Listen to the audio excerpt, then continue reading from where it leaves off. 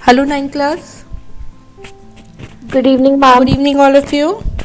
ठीक है बच्चों, स्टार्ट करते हैं। लास्ट क्लास में हम लोग फॉर्मूला कर रहे थे, ठीक है, सिंबल ऑफ एलिमेंट्स, उसी को आज हम कंटिन्यू करेंगे। चलिए,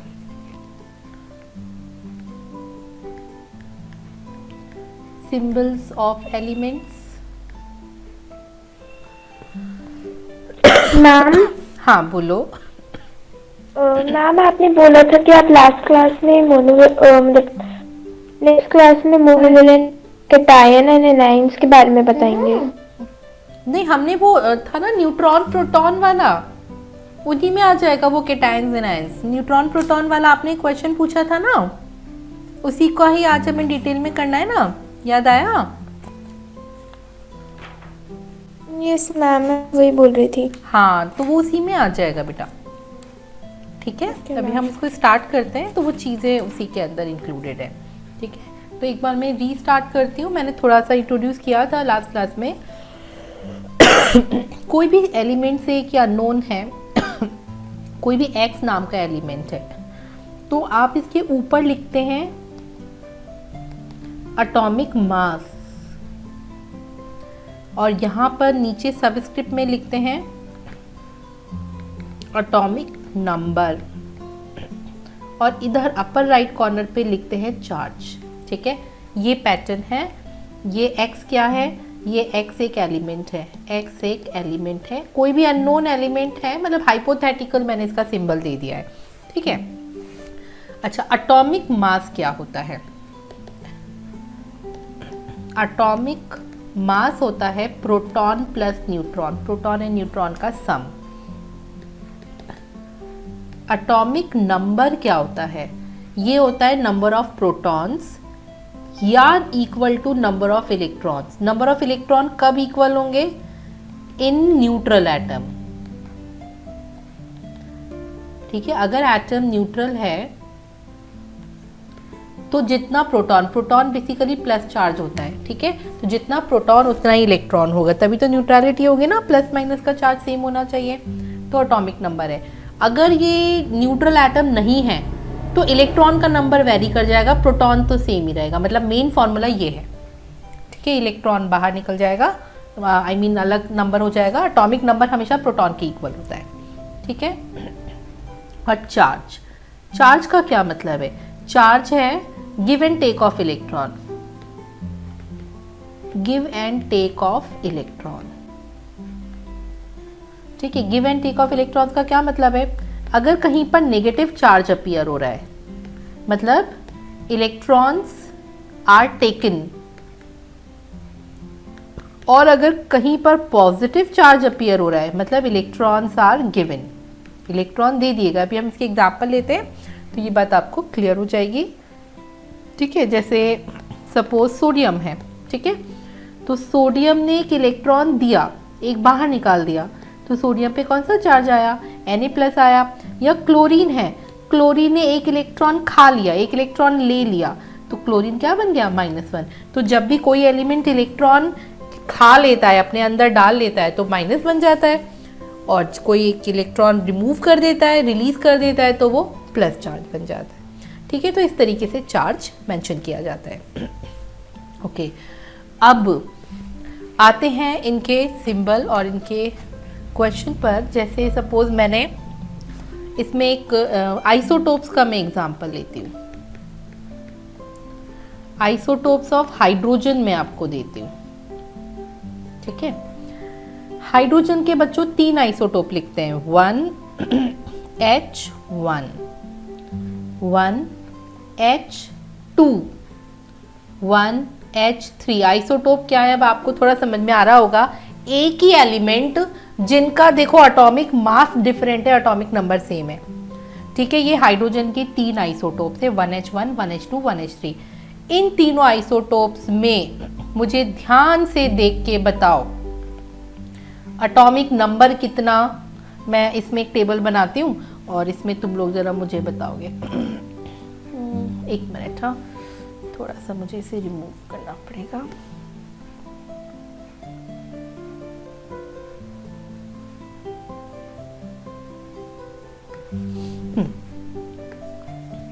तो आइसोटोप मैं एक यहाँ पे लेती हूँ 1H1, इधर लेती हूँ 1H2, इधर लिखती हूँ 1H3, ठीक है।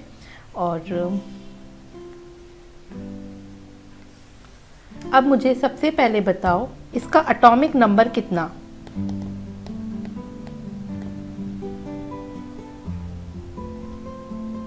ये कुछ नहीं है, इनको काट दिए, मेरा यहाँ पे इरेजर मैम काम है। 1। मैम सभी का 1 है। सभी का 1 है। एटॉमिक नंबर क्या, नीचे वाली वैल्यू को बोलेंगे ना, तो एटॉमिक नंबर Yes, तीनों ma'am. का 1 1 1 है। अच्छा, अब जरा मुझे देख के बताओ एटॉमिक मास कितना है। मैम 1 2 3। एटॉमिक Yes, मास ma'am. ऊपर वाली पावर है, 1 2 3 लिख सकते हो। अच्छा, अब मुझे इन सब में देख के बताओ इन सब में प्रोटॉन्स कितने हैं। P, प्रोटॉन्स क्या होते हैं। मैम एटॉमिक एटॉमिक नंबर को ही प्रोटॉन कहते हैं, एटॉमिक नंबर Yes, को ही ma'am. प्रोटॉन कहते हैं। तो क्या मैं बोल दूं, Yes, ma'am. P सब में 1 1 1 है। अच्छा, ये सारे न्यूट्रल हैं बच्चों की चार्ज्ड हैं। इसमें कोई चार्ज दिख रहा है क्या, ऊपर +1 -1 ऐसा कोई चार्ज दिख रहा है क्या। No ma'am. नहीं दिख रहा है ना। तो मुझे जरा इन सबके इलेक्ट्रॉन्स के नंबर भी बता दो। तो इनमें इलेक्ट्रॉन कितना। मैम 1। 1, मैम 1 ही सब में होगा। 1 1, क्योंकि सारे न्यूट्रल हैं, तो यानी जितना इलेक्ट्रॉन उतना प्रोटॉन। अच्छा, इन सब में मुझे P + N बनाओ। इसके लिए सारी चीजें क्या क्या निकालोगे, मैं पहले लिस्ट बनाऊं क्या। इसके लिए तुम मैम एटॉमिक नंबर हर बार सेम रहता है। आइसोटोप्स में सेम रहता है बेटा। अभी मैं अब देख रहा हूँ इन एग्जाम्पल के बाद तुम्हें आइसोटोप्स की डेफिनेशन बताऊंगी, उल्टा चल रही हूँ मैं इसमें, ठीक है। अभी मैंने लिखा तुम्हें पहले एटॉमिक मास एटॉमिक नंबर को देखना सीख जाओ। आइसोटोप्स में हमेशा ये नीचे वाला नंबर सेम होता है, ऊपर वाला नंबर बदल जाता है, ठीक है। तो ये एटॉमिक मास है, फिर एटॉमिक नंबर है। बनाते जाओ फटाफट, भरते जाओ इस टेबल को। एटॉमिक नंबर, फिर इसमें प्रोटॉन भर देना, इलेक्ट्रॉन भर देना, न्यूट्रॉन भर देना।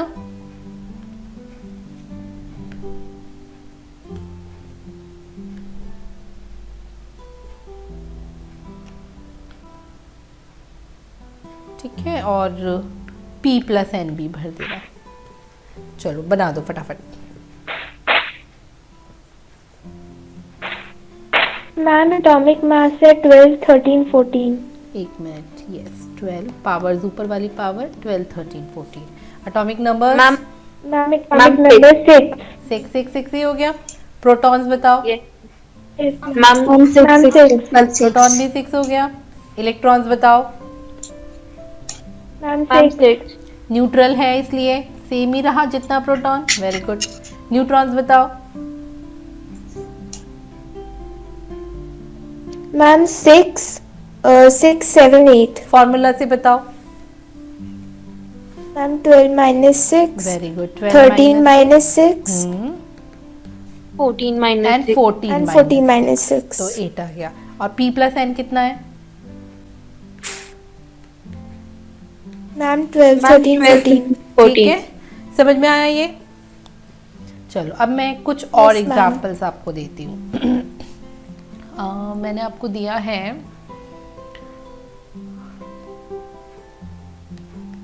सोडियम, ठीक है। सोडियम हो गया आपका 11 23, और एक मैंने दिया है, ये बेटा आइसोटोप नहीं है, it is my example number 3, but now it is not an isotope, ठीक है। सोडियम जो है ये अपने आप में एक एब्सोल्यूट एलिमेंट है। और एक मैंने आपको दिया है सोडियम 11 23 + 1, दो मैंने स्पीशी आपको दे दी है, ठीक है। इन स्पीशी में आप मुझे वापस से ये सारी चीजें बताओ, ठीक है। यहाँ पे क्या क्या बताओगे, एटॉमिक मास बताओ, ma'am it will be 23। Atomic number, okay, एक में proton electron neutrons, atomic mass it's 23 in both the species. Yes ma'am. Yes ma'am. Atomic number बताओ।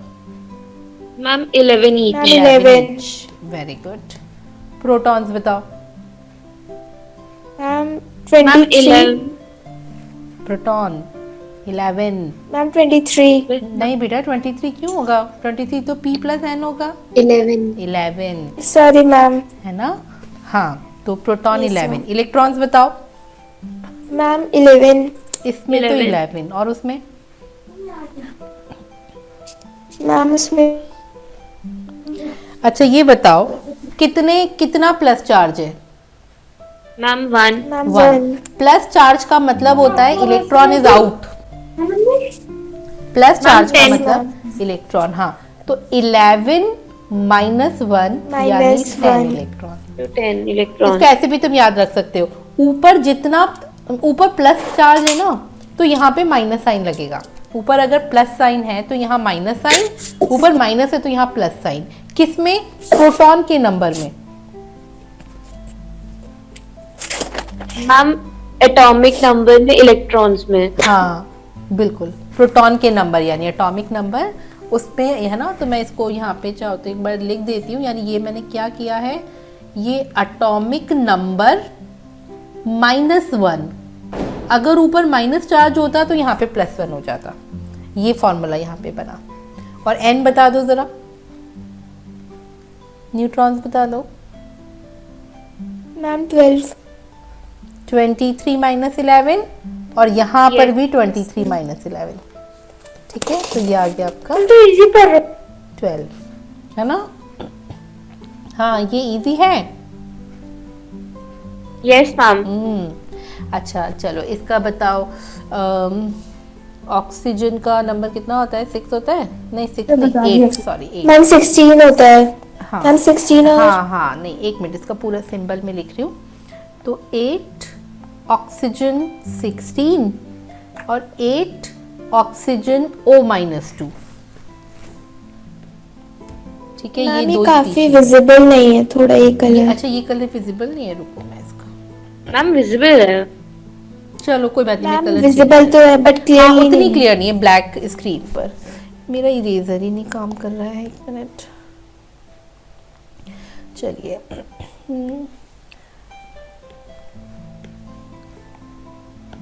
हाँ, तो हमने कौन सा लिया था? 8 ऑक्सीजन 16 60 और 8 ऑक्सीजन 16 माइनस 2। 2.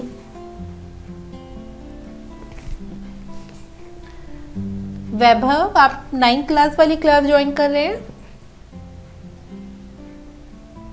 वैभव, हेलो हेलो। हाँ वैभव, आप हाँ? कौन सी 9th क्लास में एंटर हुए ना? मुझे नहीं पता, मैं आप कौन सी क्लास में बेटा? मैं 11th में। 11th में। ये 9th वाली क्लास चल रही है। आपको दूसरे सर ने आपको मीटिंग आईडी अच्छा। भेजा होगा, आप उस पे जाएंगे। ठीक है, सॉरी। ठीक है। हाँ यहाँ पे 9th क्लास चल रही है।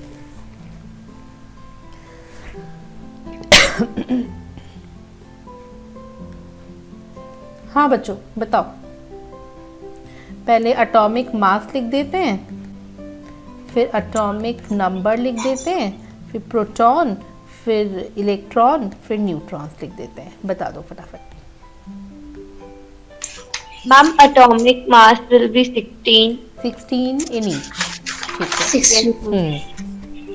Ma'am atomic number 8 ma'am in each. 8. Ma'am 8 in each, very good. Ma'am protons protons भी 8. 8 मैम इलेक्ट्रॉन्स भी 8. दोनों मैम में? फर्स्ट में 8, सेकंड में मैम मैम 8 और 6. फॉर्मूले से बताओ। Sorry ma'am 10. 8। Ma'am 8 and 10.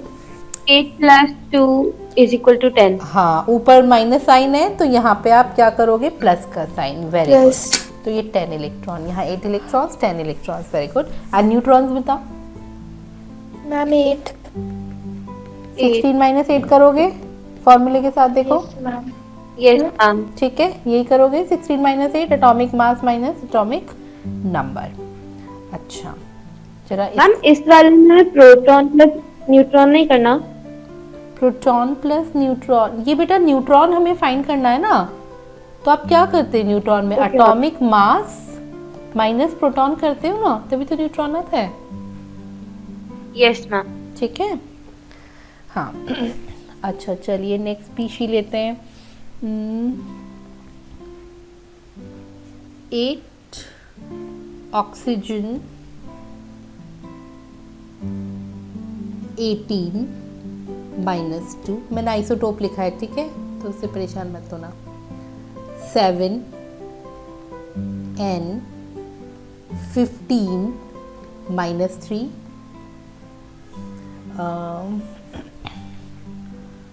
और 9 F 19 -1। ये 3 स्पीशीज मैंने आपको दी है। मैम ये जो O है ये ऑक्सीजन का ही है ना? बिल्कुल, ये ऑक्सीजन का है, नाइट्रोजन है, देन फ्लोरीन है, ठीक है। मैम बट इसका फिर एटॉमिक मास चेंज क्यों हुआ? ये बेटा आइसोटोप लिखा है मैंने, कोई मतलब इसका दूसरा आइसोटोप लिखा है। आइसोटोप में एटॉमिक मैम, ये- मासेस वेरी करते हैं। अभी मैं आइसोटोप लास्ट में आपको कराऊंगी इस टॉपिक के बाद में, तो आपको ये बात क्लियर हो जाएगी। अभी तो ये मेरा क्वेश्चन है, इसको ऐसा मानो कि ये मेरा क्वेश्चन है, ठीक है। इसमें ऐसा ही लिख के दिया है। ऐसा क्यों आया, अभी थोड़ी देर में आपको ये वाली बात भी क्लियर होती जाएगी। चलो इन सब के बनाओ।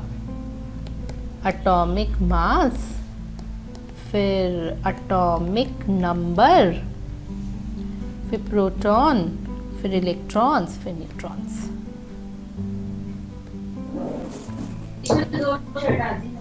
मैम एटॉमिक मास में भी 18, 15 एंड 19। ठीक है। Ma'am then ma'am atomic number 879। 8 7 9, very good.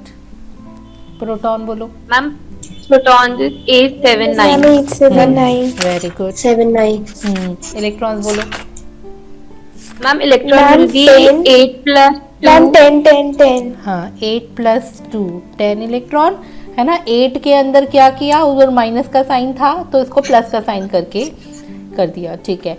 यहाँ पे 7 ऊपर -3 है तो यहाँ +3 करोगे तो 10 3 इलेक्ट्रॉन, और ऊपर -1 है तो इधर मैम, +1 9 + करोगे। 1 हाँ वेरी 10 गुड। तो देखो 10 इलेक्ट्रॉन्स आ गए, तीनों में सेम आ गए तो। अच्छा n बताओ जरा। मैम 10 8 10 इसमें n करोगी 18 - 8, इसमें करोगी यस मैम। 15 - 7, 10 5 9 7 हाँ, और 7 इसमें 19 - 9 9 है ना। तो 10 8 10 आ गया। Ma'am 8 yes ma'am. अच्छा, तो इस तरह के, अब जो तुम्हारा क्वेश्चन था तपस्या, वो क्वेश्चन अभी है तुम्हारे सामने। अब सारे बच्चों को दो वो वाला क्वेश्चन, सब करके बताओ मुझे। वो क्वेश्चन अब तपस्या अभी है तुम्हारे सामने। मैम मैं अभी भेजती हूँ। हाँ हाँ, तुम अदरवाइज वहीं से बोल दो, हम लोग लिख लेंगे। छोटा सा ही तो था, जैसे भी।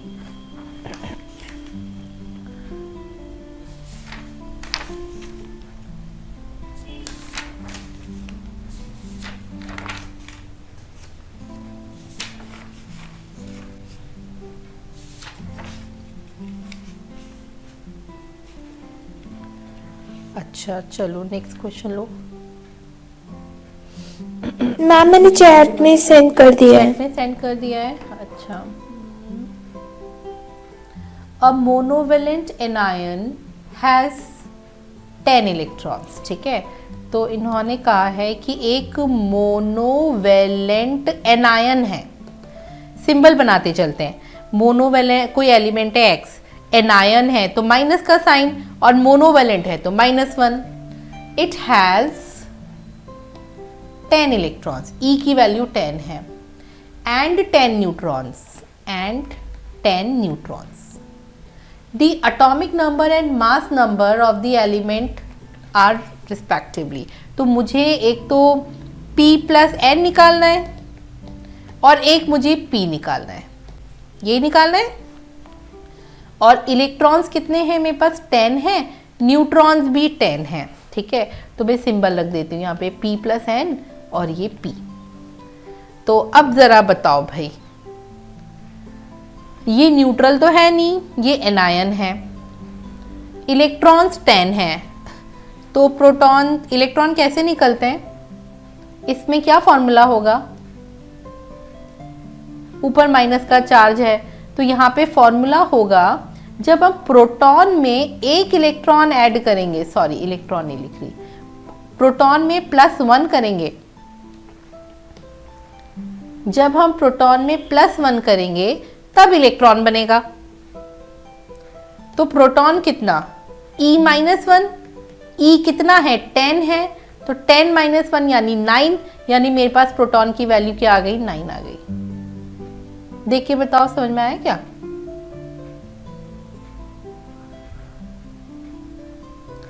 तो यहां से मेरे पास ये P निकल गया। अब मुझे P + N फाइंड करना है, तो यानी 9 + N की वैल्यू 10 है, 19 आ गया। तो मेरे सिंबल क्या बन गया? सिंबल बन जाएगा 9, जो भी एलिमेंट है X, 19 - 1। और ये 9 एटॉमिक नंबर किसका होता है? ये फ्लोरीन का होता है। अगर पीरियोडिक टेबल याद है तो आप लिख देंगे 9 फ्लोरीन 19 - 1। ये फाइनली आपका आंसर बन गया। देख के बताओ समझ में आया? यस मैम, वो जो हमने स्टार्टिंग में +1 किया था वो ऊपर चार्ट से करा था ना, क्योंकि उसमें 1 था। हाँ, ये चार्ज को देख के बिल्कुल। देखिए ये वाला टॉपिक तो बच्चों उसमें है, स्ट्रक्चर ऑफ एटम में है ये वाला टॉपिक, प्रोटॉन न्यूट्रॉन वाला जो तुमने ये पूछा, मैंने तो अभी देखा। ये इस चैप्टर में तो नहीं है, मोल वाले में। मैम बट हमारा तो स्ट्रक्चर ऑफ एटम से भी आ रहा है। अच्छा, वो भी आ रहा है। ओके चलो, तो ठीक है, सबके लिए हो गया, आसान सा टॉपिक है, कोई डिफिकल्ट नहीं है ये। तो मैम बस इतना है तो नहीं होगा, और भी होगा स्ट्रक्चर ऑफ एटम्स में तो? हाँ, बाकी और भी है, ये तो उसका एक पार्ट है। स्ट्रक्चर ऑफ एटम तो अलग टॉपिक है अपने आप में, ठीक है। ये तो लास्ट में छोटा सा एक टॉपिक दिया है। चलो, तो अब इसी के थोड़े से क्वेश्चन मैं और करवाती हूँ। तो मैम आप वो स्ट्रक्चर ऑफ एटम्स का और क्वेश्चंस कब कराएंगे? नहीं, स्ट्रक्चर ऑफ एटम तो पढ़ेंगे बेटा, अभी पढ़ाई नहीं है वो तो, अभी तो हम मोल वाला पढ़ रहे हैं। मैम बट मेरे को उसकी भी क्लासेस चाहिए। हाँ, तो स्ट्रक्चर ऑफ एटम जो है वो मैं आपका अब इसके बाद स्टार्ट करवा देती हूँ, मोल के बाद में, ठीक है। कब आ रहा है तुम्हारे स्ट्रक्चर ऑफ एटम? मैम अभी आ रहा है। क्या क्या आ रहा है अभी के टेस्ट में?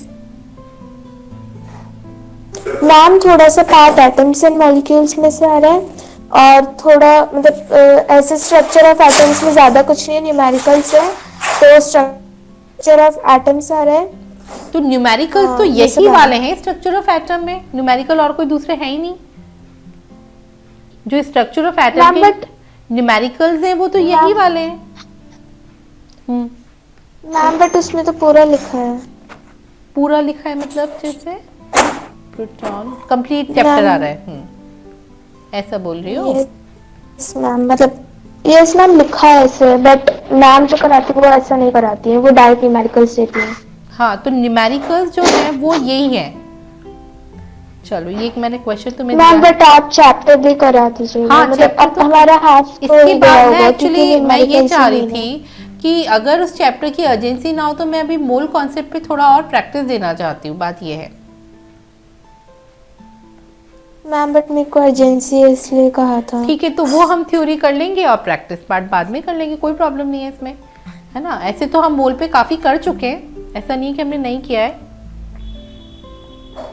मैम जब हमने मतलब इसके क्वेश्चंस थोड़े स्टार्ट कर दिए तो हम उसकी थोड़ी थ्योरी नहीं कर सकते हैं? हाँ हाँ, इसको इस टॉपिक की बात करते हैं, ये वाला टॉपिक पूरा हो जाए फिर करते हैं। Sure ma'am. चलो करके बताओ फटाफट ये।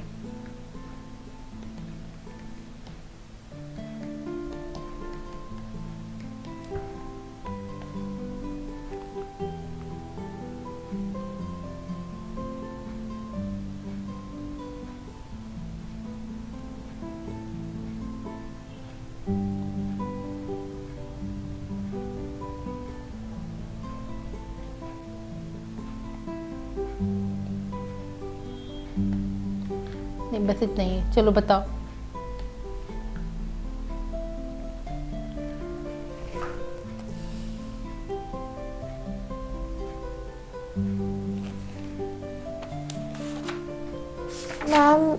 मैम फर्स्ट वाला आंसर है 8 है। एक एटॉमिक Second नंबर का of 16 Y, atomic number of Y तुमने कैसे देखा? प्रोटॉन से देखा? यस मैम, प्रोटॉन्स और इलेक्ट्रॉन्स दोनों। 8, ठीक है। और मैम सेकंड का आंसर 16 है, p mass plus n। Number of x, तो यानी तुमने p प्लस n कर दिया होगा, 8 प्लस 8 यानी 16 हो गया। हाँ सही है, ठीक है। तो ये इस तरह के क्वेश्चन समझ में आ गए? Yes ma'am. ये आसान है। इस टॉपिक से आगे बढ़ते हैं, ठीक है। तो स्ट्रक्चर ऑफ एटम में, ठीक है, तो मैं structure of atom he start करती हूँ फिर। हाँ बच्चों, फिर स्ट्रक्चर ऑफ एटम का थ्योरी होने के बाद सारे चैप्टर्स के जो बार आगे क्लासेस होंगी तो इन चैप्टर्स के न्यूमेरिकल्स ही करते चलेंगे फिर हम, मतलब प्रैक्टिस क्वेश्चन पार्ट ही रह जाएगा बस हमारे पास करने के लिए फिर, ठीक है। तो मैं आज स्ट्रक्चर ऑफ एटम स्टार्ट कर रही हूँ फिर, स्ट्रक्चर ऑफ एटम का थ्योरी पार्ट। किसी को कोई प्रॉब्लम तो नहीं है इससे?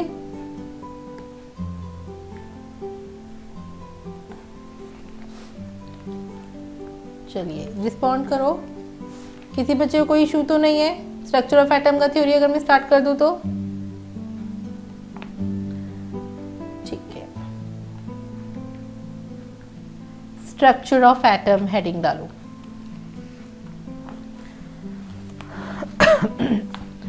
तो एटम्स के अंदर, एटम यानी एक छोटी सी बॉल होती है, ठीक है। एटम के अंदर भी कुछ पार्टिकल्स रहते हैं। तो स्ट्रक्चर ऑफ एटम को जब हम स्टार्ट करते हैं तो हमारा जो पहला टॉपिक होता है वो होता है fundamental particles of an atom. Fundamental का मतलब उसके अंदर रहने वाले पार्टिकल। तो एटम के जो फंडामेंटल पार्टिकल्स होते हैं वो होते हैं electrons, protons and neutrons. Electron को हम E लिखते हैं, प्रोटॉन को P लिखते हैं और न्यूट्रॉन को हम N लिखते हैं, ठीक है। ये जो फंडामेंटल पार्टिकल्स है इनके बारे में हम थोड़ा सा यहाँ पे कंपैरिजन में लेते हैं। तो मैं एक टेबल बना रही हूँ, प्रॉपर्टीज, यहाँ पे हेडिंग डालना, इधर इलेक्ट्रॉन कर देना, इधर प्रोटॉन कर देना, इधर न्यूट्रॉन कर देना।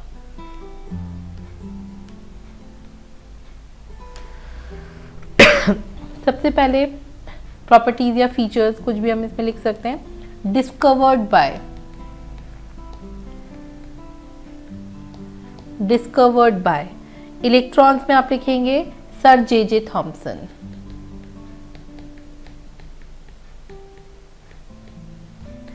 प्रोटॉन्स के लिए लिखेंगे बाय गोल्डस्टीन।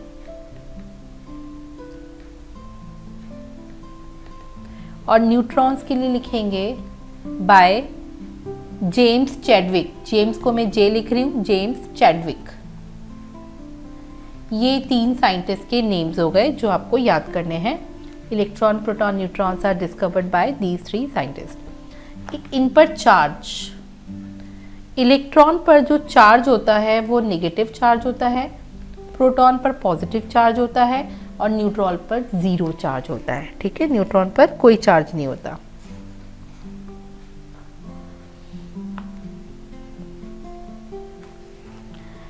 अच्छा, इनकी जो रेज होती हैं, इलेक्ट्रॉन्स की रेज को कहते हैं कैथोड रेज। कैथोड रेज जो है ना, they are made up of electrons. Proton की रेज को हम कहते हैं एनोड रेज और न्यूट्रॉन की रेज को हम कुछ नहीं कहते, इनके लिए कोई नाम नहीं है, ठीक है। न्यूट्रल रेज इस तरह का कोई नाम नहीं है।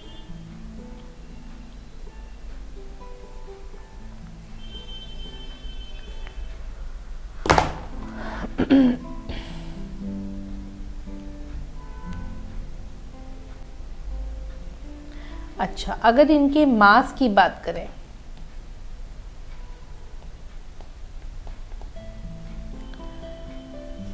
तो mass of proton approximately equal होता है मास ऑफ न्यूट्रॉन्स के। न्यूट्रॉन प्रोटॉन का मास जो होता है लगभग सेम होता है, और जो मास ऑफ इलेक्ट्रॉन होता है वो प्रोटॉन के मास का, इसको अगर मैं आम भाषा में लिखूं तो नेग्लिजिबल लिखूंगी। ये भी कटता हुआ, इसको मैं काट देती हूँ। मैं पहले लिखूंगी, इसको याद करना आसान है, नेग्लिजिबल। नेग्लिजिबल क्यों? Mass of electron mass of proton से 1/2000 टाइम्स हल्का होता है। इलेक्ट्रॉन प्रोटॉन के मास से इतना हल्का होता है कि इसको हम लगभग निग्लेक्ट ही कर देते हैं कि इलेक्ट्रॉन का मास तो मास कहलाने के लायक ही नहीं है। इस तरह से हम इसको निग्लेक्ट कर देते हैं। तो कभी भी एटम के मास में इलेक्ट्रॉन का मास ऐड नहीं होता, वो इग्नोर कर दिया जाता है। वो इतना कम होता है कि हम उसे इग्नोर कर देते हैं।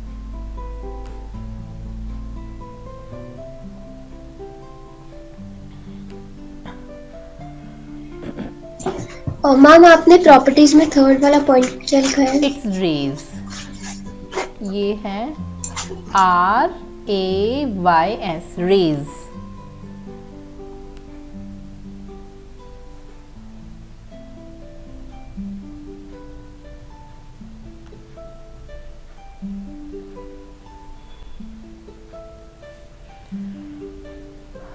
ठीक है,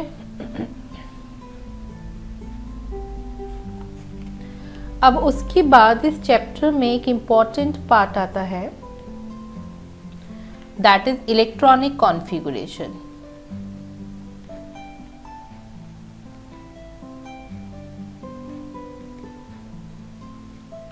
इलेक्ट्रॉनिक कॉन्फ़िगरेशन, ठीक है।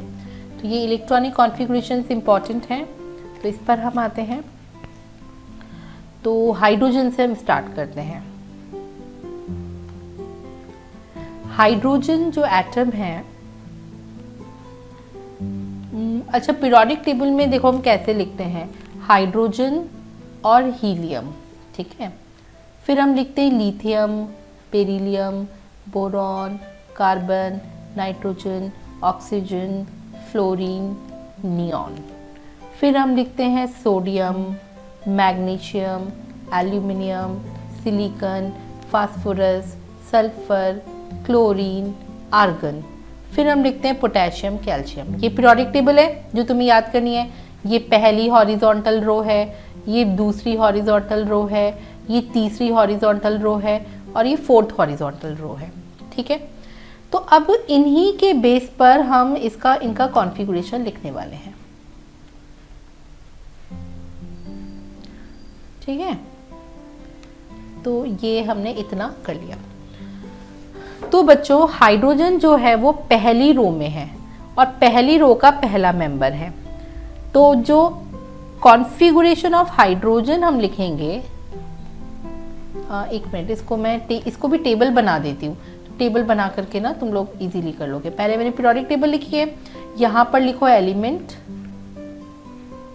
और फिर यहाँ पे लिखो कॉन्फ़िगरेशन।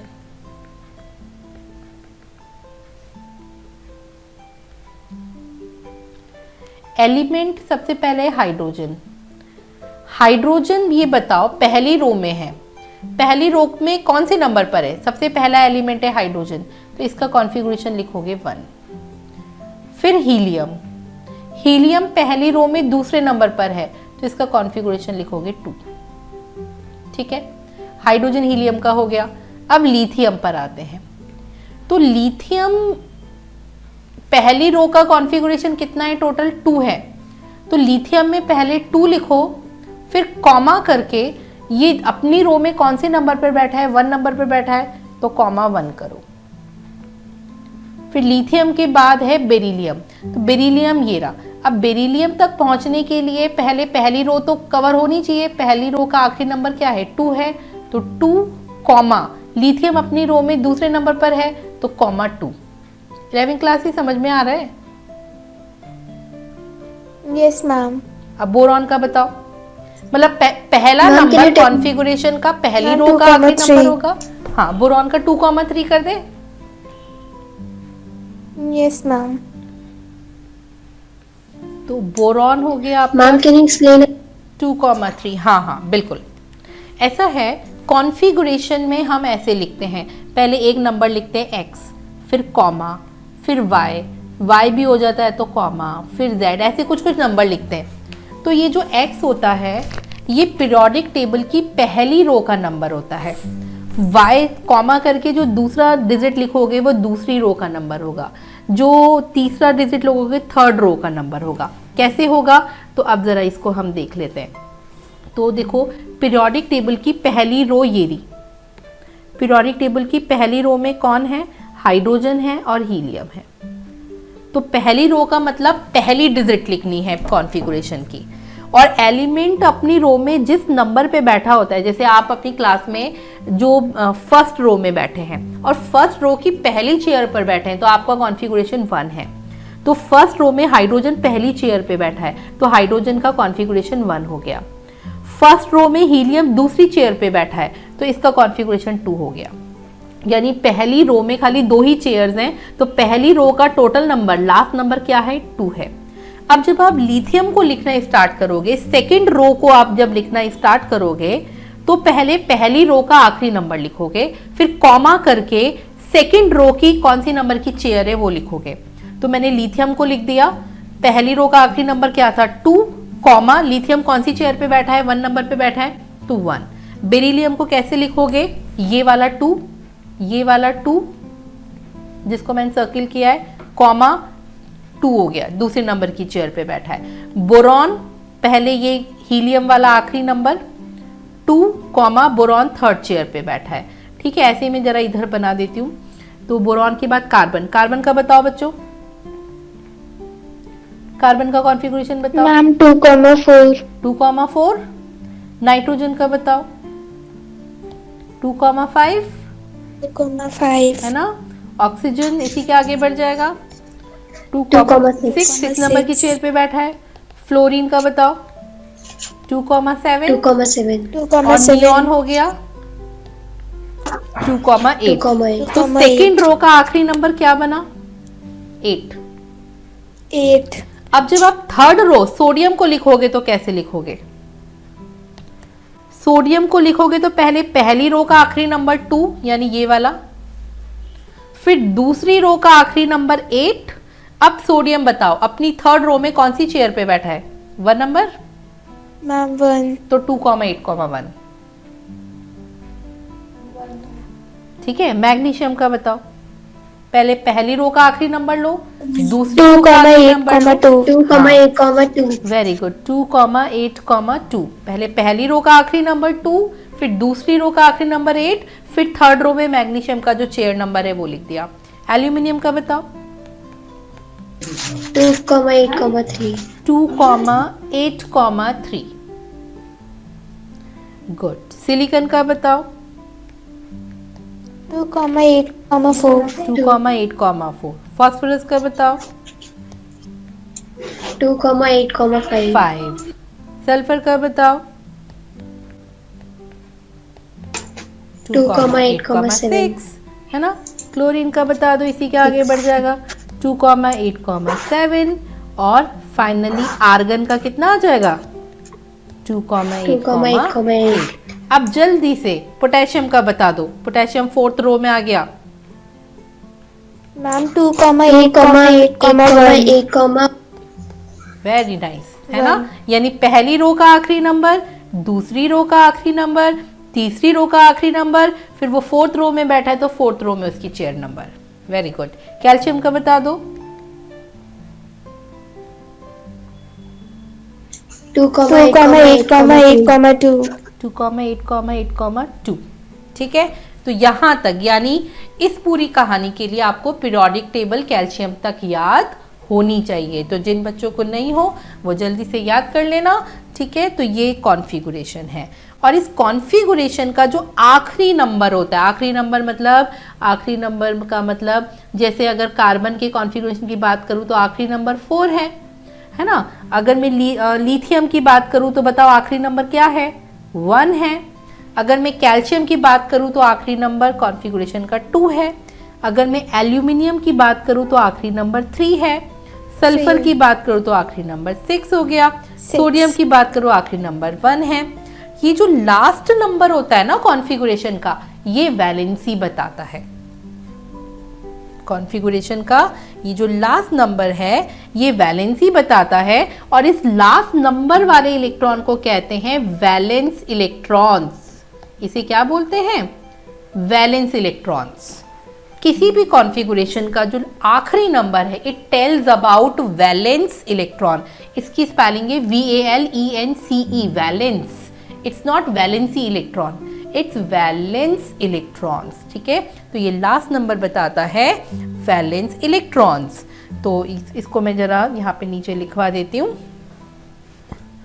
ठीक है मैम, बट हाइड्रोजन और हीलियम में तो ऐसा कुछ नहीं हाँ, है। तो वही वैलेंस इलेक्ट्रॉन्स है, जो उनका अपना नंबर है वही वैलेंस इलेक्ट्रॉन है ना। तो लास्ट मैम बट हीलियम तो number of ma'am but helium में तो 2 है। हाँ, तो उसके वैलेंस इलेक्ट्रॉन 2 है ना। In the configuration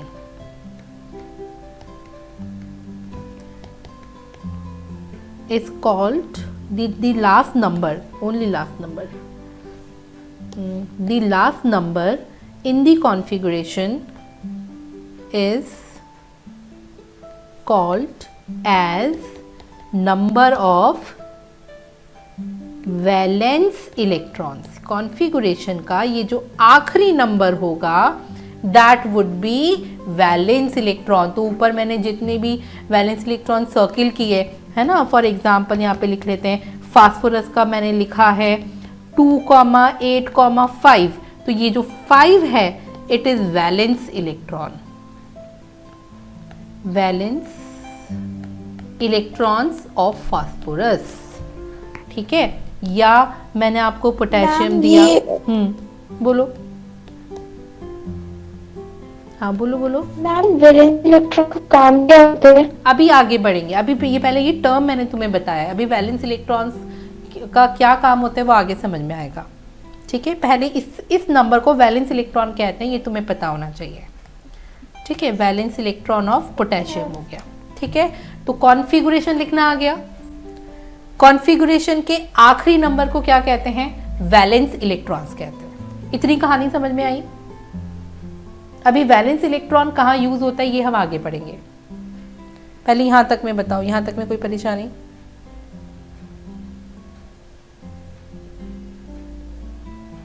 no ma'am. Okay, अब ये वैलेंस इलेक्ट्रॉन काम आता है वैलेंसी निकालने के। ठीक है, तो अब मेरा अगला टॉपिक है valency.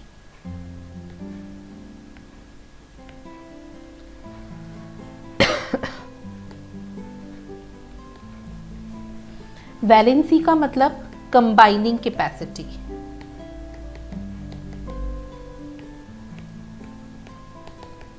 Combining capacity of an element. ठीक है, वैलेंसी का मतलब ये है। अब इसमें क्या है,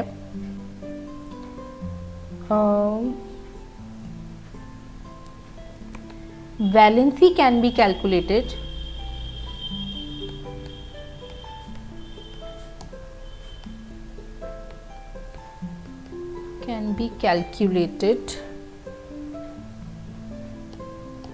by the following method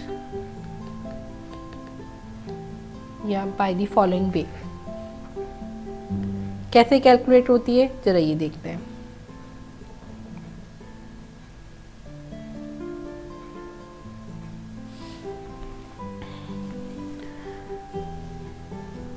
तो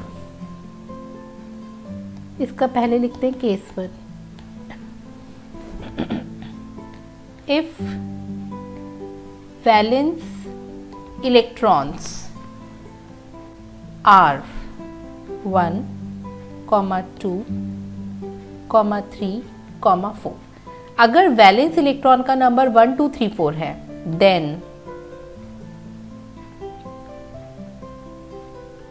valency equals to valence electron.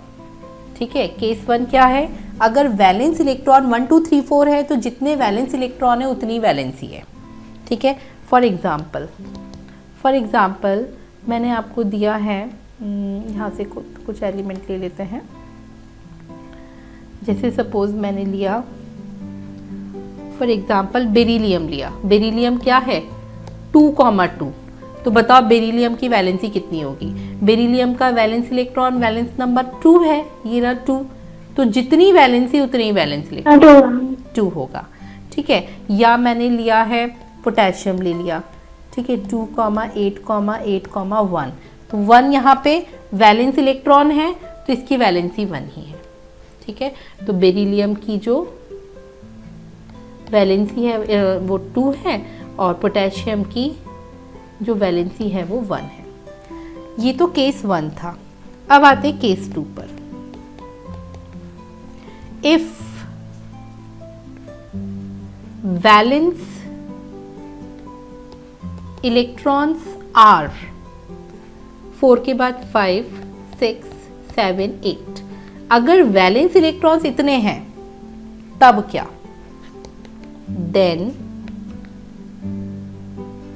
Valency equals to 8 minus number of valence electrons.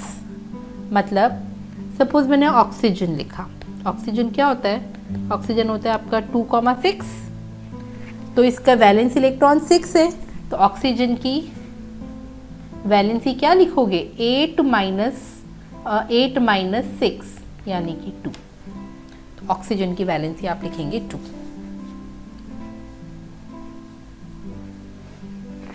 ठीक है, या मैंने लिखा है सपोज सल्फर नाइट फास्फोरस लेते हैं। ठीक है, फास्फोरस इज 2,8,5। तो 5 यानी ये वाला नंबर आ गया तो इसकी वैलेंसी कितनी लिखोगे 8,5 यानी 3। देख के बताओ ये बात समझ में आई क्या। तो यानी वैलेंस इलेक्ट्रॉन्स अगर आपको पता है तो उससे आप वैलेंसी को निकाल सकते हो।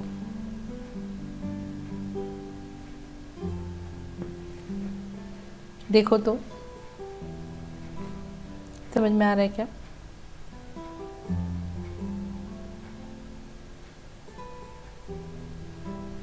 Yes ma'am.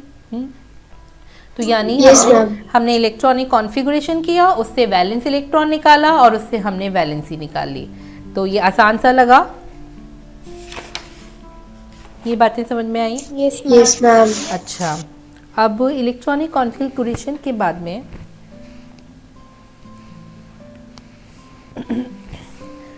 कुछ टर्म्स हैं आइसोटोप्स। आइसोटोप्स क्या होते हैं, आइसोटोप्स का मैं पहले इसको उल्टा बता रही हूँ, पहले एग्जाम्पल दूंगी फिर तुम्हें डेफिनेशन लिखवाऊंगी। आइसोटोप का मैंने एक एग्जाम्पल दिया 1H1 1H2 1H3, ये तीनों आपस में एक दूसरे के आइसोटोप हैं। इनको मैंने लिखा है आइसोटोप्स ऑफ हाइड्रोजन। तो क्या मैं बोल दूं ये तीनों हाइड्रोजन के आइसोटोप है, यानी आइसोटोप हमेशा किसी एक एलिमेंट का होता है। आइसोटोप जितने भी होंगे किसी एक एलिमेंट के होंगे और उन सब में क्या सेम होगा क्या अलग होगा बताओ। ये नीचे 111 एटॉमिक नंबर तो सेम होता है, ऊपर 1 2 3 यानी एटॉमिक मास अलग होता है। तो अब देखो मैं इसकी डेफिनेशन बनाऊंगी, तुम्हें रटने की जरूरत नहीं पड़ेगी, खाली डेफिनेशन लिखोगे और एग्जाम्पल लिखोगे और अपने आप से डेफिनेशन दिमाग में आ जाएगी। आइसोटोप्स क्या है, isotopes are species of an element, किसी एक एलिमेंट की स्पीशीज हैं हैविंग सेम एटॉमिक नंबर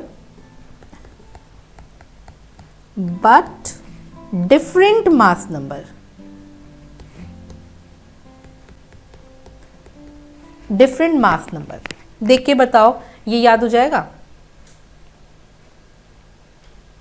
किसी एक एलिमेंट की वो सारी स्पीशीज जिनका एटॉमिक नंबर तो, और यही वाला बेस्ट एग्जांपल है, ये याद कर लो 1H1 1H2 1H3।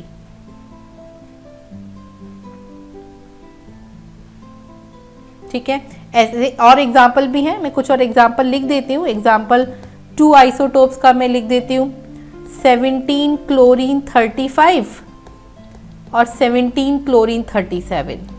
दोनों क्लोरीन के हैं, देखो एटॉमिक मास डिफरेंट है, एटॉमिक नंबर सेम है, ठीक है। ऐसे ही एक एग्जाम्पल में और लिख देती हूँ, 6C12, 6C13, 6C14, तीनों कार्बन के आइसोटोप हैं। ये एग्जाम्पल 3 हो गया आइसोटोप का।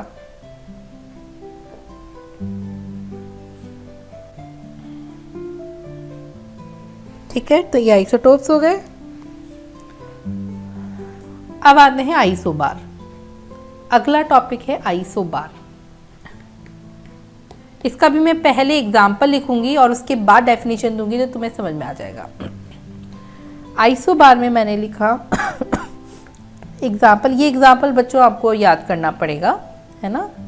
18 आर्गन 40, 20 कैल्शियम 40। तो ये इधर आर्गन है, इधर कैल्शियम, यानी क्या मैं बोल दूं, आइसोबार हमेशा डिफरेंट एलिमेंट के होते हैं, यानी species of different elements, species of different elements having बताओ क्या same, having same atomic mass, 40 और 40 दोनों में सेम है, बट डिफरेंट एटॉमिक नंबर। देखो, तो अगर आपको इसका एग्जाम्पल पता है तो आप डेफिनेशन यूं बना दोगे और बिना किसी कंफ्यूजन के। तो इन दोनों टॉपिक्स में, आइसोटोप और आइसोबार दोनों में, आपको क्या याद करना है, सबसे पहले एग्जाम्पल याद करना है,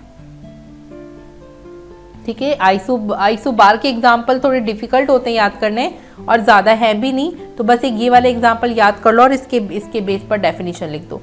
1 मार्क का क्वेश्चन आता है, डेफिनेशन और 1 एग्जाम्पल, ये तुम इजीली कर सकते हो।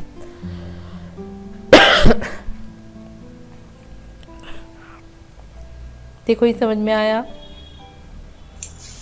Yes ma'am. अच्छा, 9th क्लास अभी साउंड की क्लास होगी जिसमें कि तपस्या रुकेगी, और किसी को तो नहीं रुकना है? इसी मीटिंग रूम में ही हम लोग कंटिन्यू करेंगे, और किसी को तो नहीं रुकना है? नो, चलो ठीक है। अच्छा, केमिस्ट्री कब तक और हो जाएगी? केमिस्ट्री अभी मैं सोची थी 4-5 मिनट और ले लूं। ओके, चलो ठीक है। ठीक है, और कोई अर्जेंसी हो तो हो गया ऑलमोस्ट वैसे। As you wish. ठीक है, तो मैं 4-5 मिनट और ले लेती हूँ। ठीक है, 9th क्लास, दिमाग चल रहा है, पढ़ सकते हैं हम आगे बच्चों? Yes ma'am. ओके, अच्छा, अब इसके बाद स्ट्रक्चर ऑफ एटम्स में आता है एटॉमिक मॉडल्स।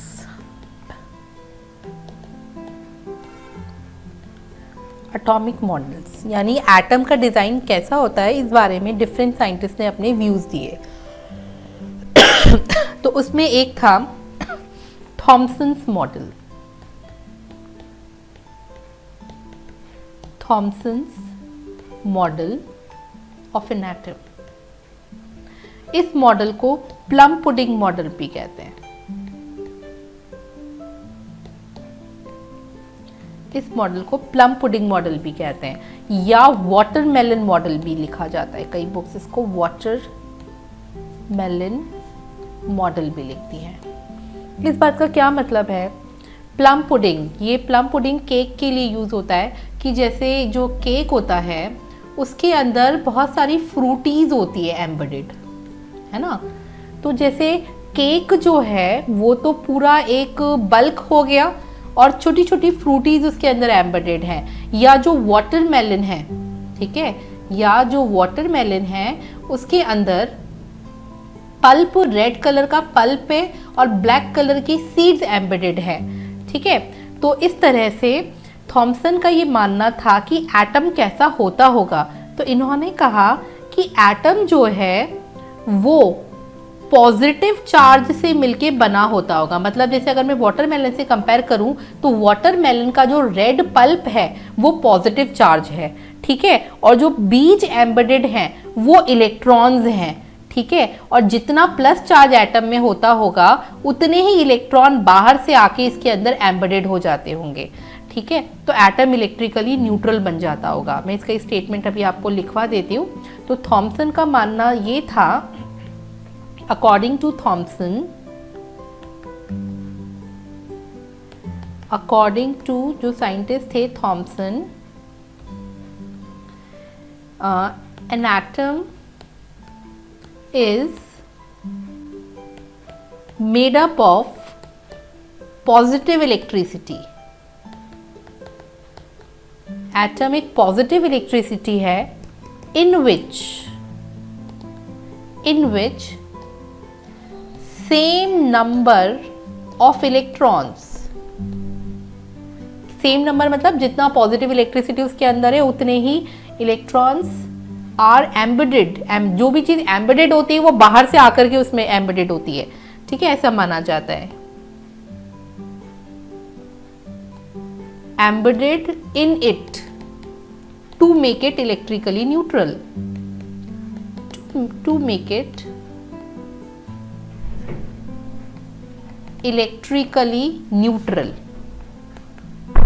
ठीक है। यानी एटम को इलेक्ट्रिकली न्यूट्रल बनाने के लिए बाहर से उतने ही इलेक्ट्रॉन आकर के एम्बेडेड हो गए जितना कि प्लस चार्ज था, है ना। यानी वाटरमेलन का में plus charge positive red colour वाला पल्प है और बाहर से इलेक्ट्रॉन्स आकर के एम्बेडेड हो गए, ठीक है। तो इलेक्ट्रॉन का रोल वहां पर क्या हो गया,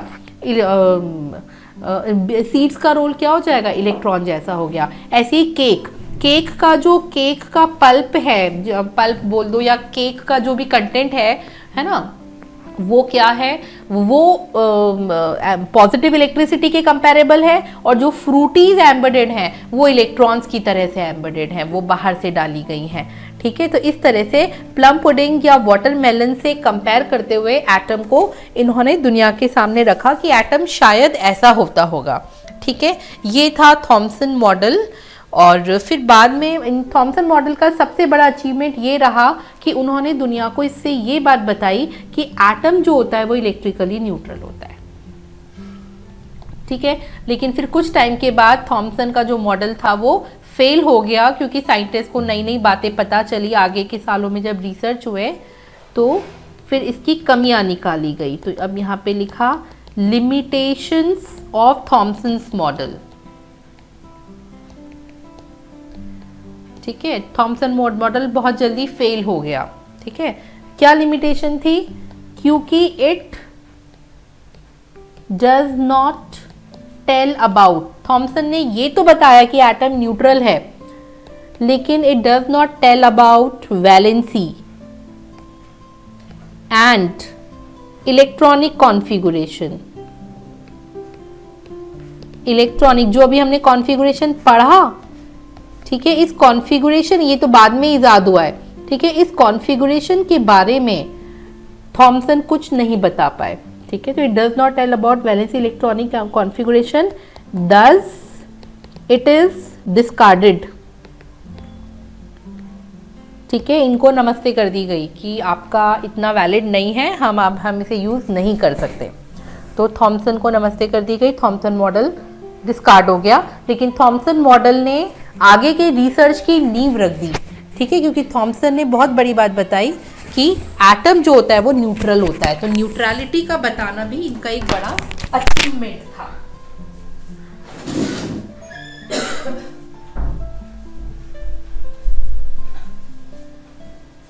ठीक है, तो जब थॉमसन डिस्कार्ड हुआ तो थॉमसन के बाद दो नए साइंटिस्ट के एक्सपेरिमेंट बहुत फेमस हुए। वो एक था रदरफोर्ड और एक था बोर। अब ये दोनों थोड़े लंबे हैं तो ये मैं तुम्हें नेक्स्ट क्लास में कराऊंगी, लेकिन इन दो के अलावा इस चैप्टर का ऑलमोस्ट थ्योरी पार्ट हो गया है। मैम नेक्स्ट क्लास मतलब फ्राइडे? नेक्स्ट क्लास में देखती हूँ कब लेती हूँ। अगर मैं हाफ एन आवर भी ले पाई तो मैं हाफ एन आवर ले लूंगी। तुम्हारे क्या नेक्स्ट वीक से एग्जाम है ऐसा? Yes ma'am. Yes ma'am. Okay, है ना। तो नेक्स्ट क्लास में देखती हूँ, अगर जिस भी होता है इसी वीक में मैं किसी दिन ले लूँगी, मैं 20 मिनट 30 मिनट जितना भी निकाल पाई। तो ये 2 छोटे से टॉपिक रह गए बस, रदरफोर्ड और बोर्स मॉडल, ठीक है। उसके बाद मैम, ये बाकी चैप्टर पूरा हो गया। हाँ, और इस चैप्टर का न्यूमेरिकल पार्ट जो था वो मैंने सबसे पहले करवाया। वो electron, proton, neutron, ma'am। Isotope, isobar, electronic configuration, valency, ठीक है। यहाँ तक का पार्ट इसका मेन था। इलेक्ट्रॉन, प्रोटॉन, न्यूट्रॉन की कहानी हो गई, थॉमसन मॉडल हो गया। अब बस 2 चीजें रह गई हैं, रदरफोर्ड मॉडल और बोर्स मॉडल। बोर्स मॉडल तुम्हारे सिलेबस में एक बार चेक करना, कट तो नहीं गया है। मुझे ऐसा लगता है कि ये वो कट गया होगा। एक बार जो न्यू सिलेबस आया ना उसको चेक कर लेना, रदरफोर्ड और बोर्स मॉडल में, ठीक है। मैं यहाँ पे नाम लिख दूं, ओके। अगर अभी सामने तो अभी चेक करके बता दो मुझे।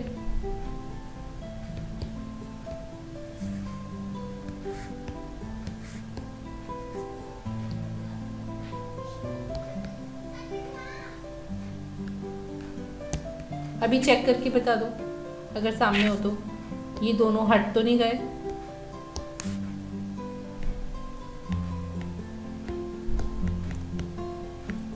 हो गई। ये है रदरफोर्ड मॉडल, ये स्पेलिंग मैंने लिख दिया, और बोर्स मॉडल।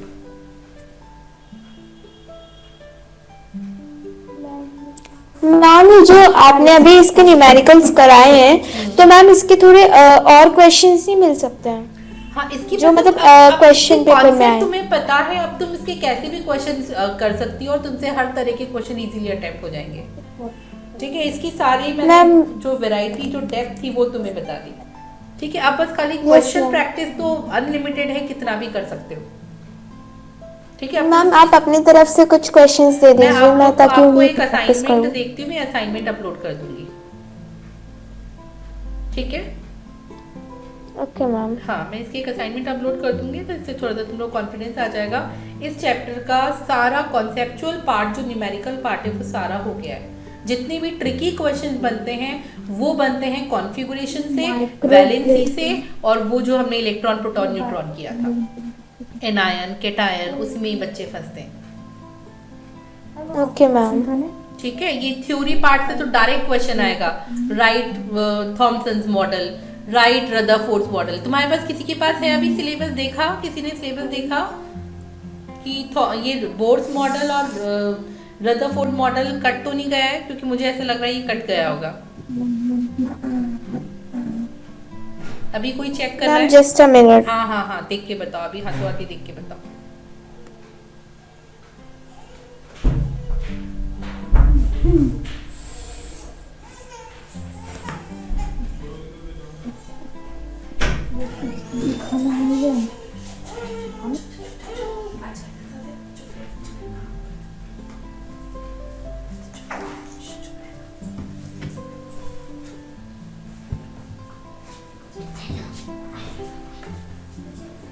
हाँ, बताया देख के। नो मैम, है सिलेबस में। है सिलेबस में?